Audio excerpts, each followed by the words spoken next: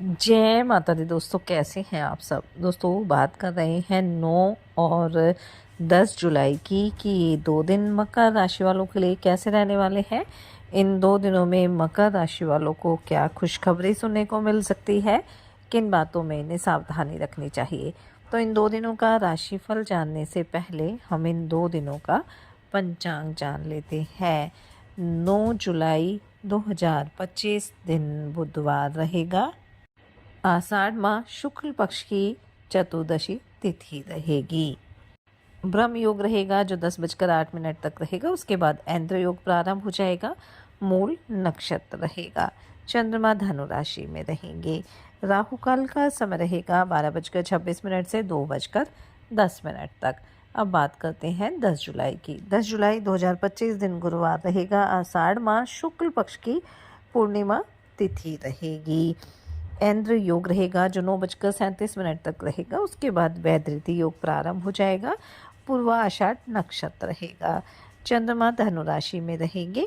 अभिजित मुहूर्त का समय रहेगा 11:58 से 12:53 तक। राहु काल का समय रहेगा दोपहर 2:10 से 3:54 तक। 9 जुलाई को देवगुरु बृहस्पति जो मिथुन राशि में विराजमान है अस्त अवस्था में चल रहे हैं और अब 9 जुलाई से वो उदय हो जाएंगे। और देवगुरु बृहस्पति का उदय होना मकर राशि वालों के लिए बेहद लाभकारी रहने वाला है, सफलता दिलाने वाला है। इसलिए गुरु से संबंधित दान और उपाय आप अवश्य करें। 10 जुलाई को आषाढ़ माह की पूर्णिमा रहने वाली है और ये दिन भगवान विष्णु और माँ लक्ष्मी को समर्पित होता है और उनकी कृपा पाने के लिए इसे बेहद शुभ माना जाता है। आषाढ़ पूर्णिमा के दिन श्री हरि की पूजा करना बेहद शुभ लाभकारी माना जाता है और उनकी पूजा करने से और गंगा जल से स्नान करने से हमारे सभी पाप कट जाते हैं और सुख समृद्धि में वृद्धि होती है। पूर्णिमा के दिन दान करना बेहद लाभकारी माना जाता है। ऐसा कहा जाता है कि आषाढ़ पूर्णिमा के दिन दान करने से धन लाभ के योग बनते हैं और माँ लक्ष्मी की कृपा से रुके हुए काम भी पूरे होते हैं। सुख समृद्धि में वृद्धि के लिए इस दिन आप दूध का दान कर सकते हैं व साथ ही माँ लक्ष्मी से सुख शांति की प्राप्ति के लिए आप प्रार्थना भी करें। और इस पूर्णिमा को इसलिए भी खास माना जाता है क्योंकि इस दिन गुरु पूर्णिमा का त्यौहार मनाया जाता है। गुरु पूर्णिमा का पर्व सनातन धर्म में अत्यंत पावन और पुण्यदायी माना जाता है। इस दिन गुरु के प्रति आस्था सम्मान व्यक्त करने की जो परंपरा है वो पुराने समय से ही चली आ रही है। गुरु पूर्णिमा केवल एक त्योहार ही नहीं है बल्कि एक आध्यात्मिक भाव भी है क्योंकि यह हमारे जीवन में गुरु के मार्गदर्शन और योगदान को याद करने का अवसर देता है।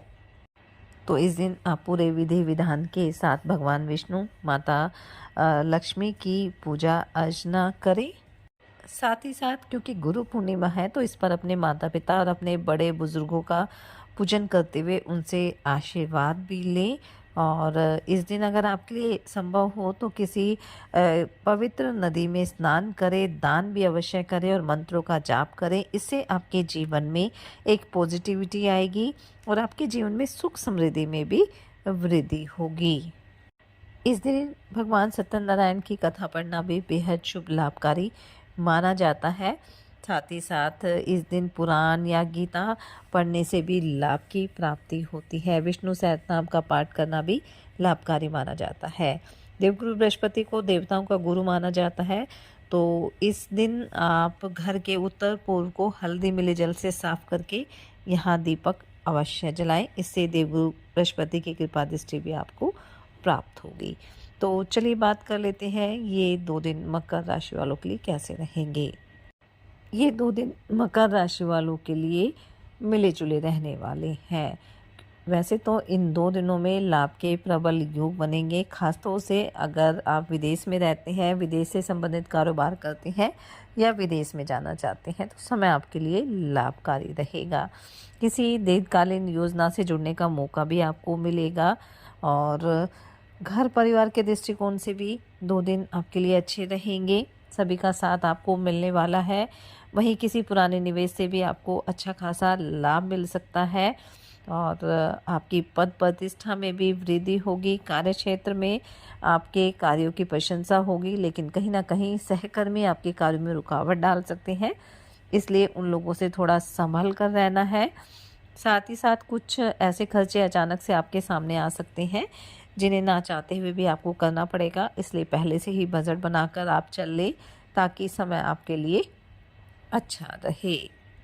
जितना आप अपने खर्चों पर कंट्रोल करके चलेंगे, अपने खर्चों पर ध्यान देंगे, तभी आप भविष्य को लेकर धन संचय कर पाएंगे। साथ ही इन 2 दिनों में इस बात का भी ध्यान रखें कि किसी दूसरे के मामले में ना बोले और दिखावे के चक्कर में ना पड़े। ना ही जल्दबाजी में कोई निर्णय ले, क्योंकि गलत निर्णय ले सकते हैं। किसी अजनबी पर भरोसा करना आपको नुकसान दे सकता है, इसलिए इस बात का भी आपको ध्यान रखना है। इन 2 दिनों में करियर कारोबार को लेकर यात्रा के योग बनेंगे। यात्रा लाभकारी रहेगी, बस यात्रा करते समय आपको थोड़ी सावधानी बरतनी है।